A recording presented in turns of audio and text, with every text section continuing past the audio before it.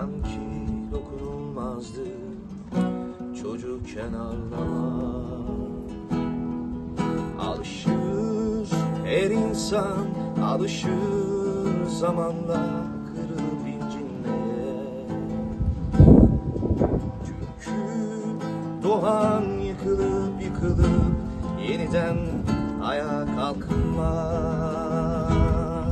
Yalnızlığın yollarıma pusu kurmuş beklemekte.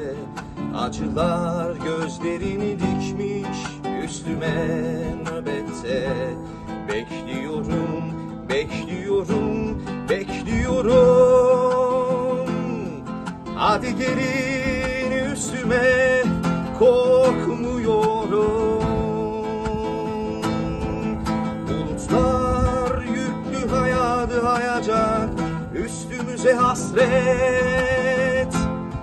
Yokluğunla ben baş başayız nihayet.